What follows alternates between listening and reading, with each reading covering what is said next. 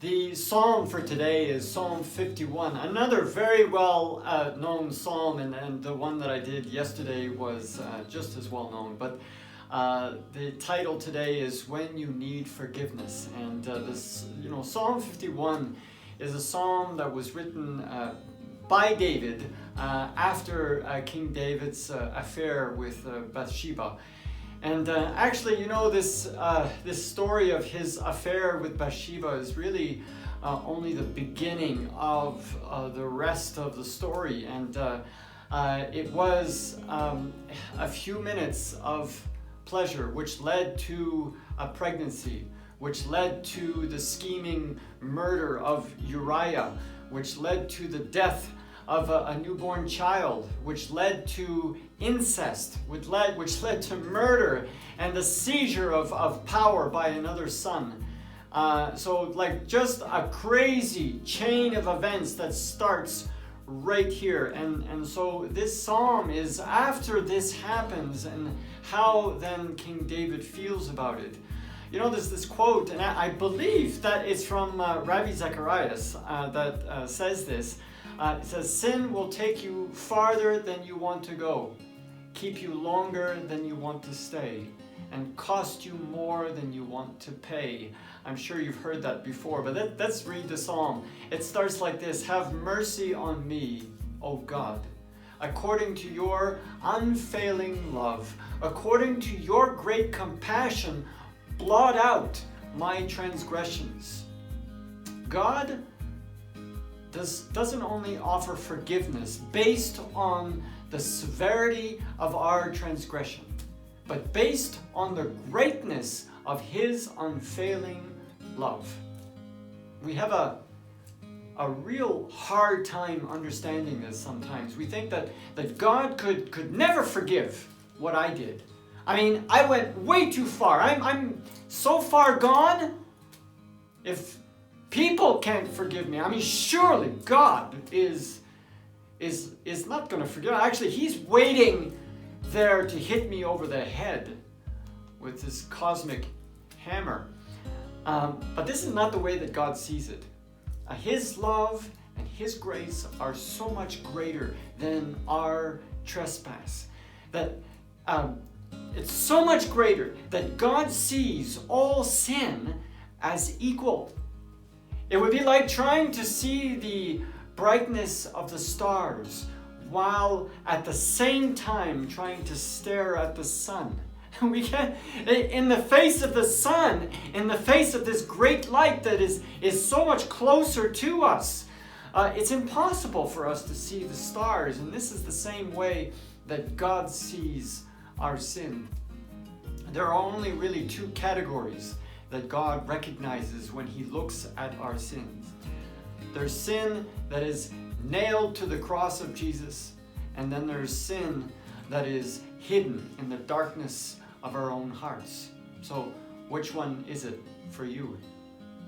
Verse 2 continues, "Wash away all my iniquity and cleanse me from my sin. For I know my transgressions, and my sin is always before you. Against you, you only, have I sinned and done what is evil in your sight. So you are right in your verdict and justified when you judge. Surely I was sinful at birth, sinful from the time my mother conceived me." Do you recognize your transgression before God?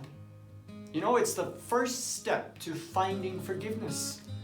So many people would prefer to ignore, to not admit it, to forget it, to change the story, even decide that God doesn't really exist.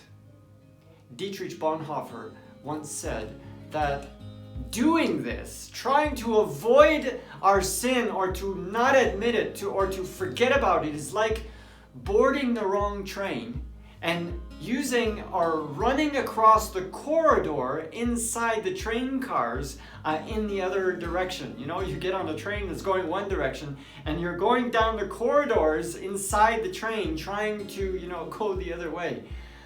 The psalmist here says that he knows his transgression. And that's a healthy starting point to know where you're at. It's when we recognize that we are dirty that we begin to desire to be clean. Verse 7 goes like this: "Cleanse me with hyssop, and I will be clean. Wash me, and I will be whiter than snow."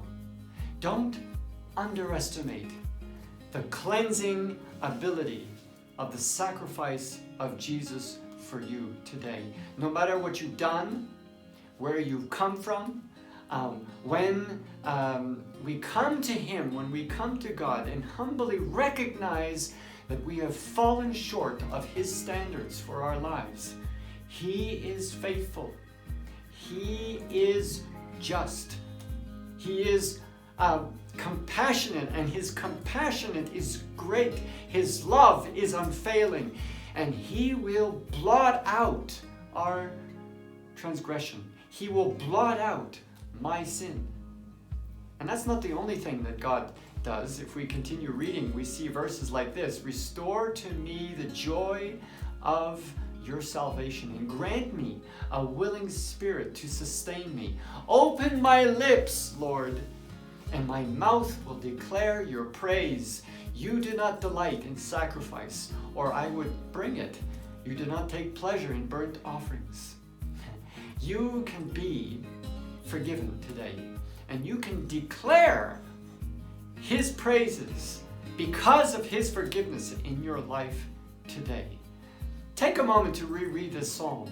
It really has this effect of wanting to ask for forgiveness before God, and God is ready to forgive you. May the Lord bless you today.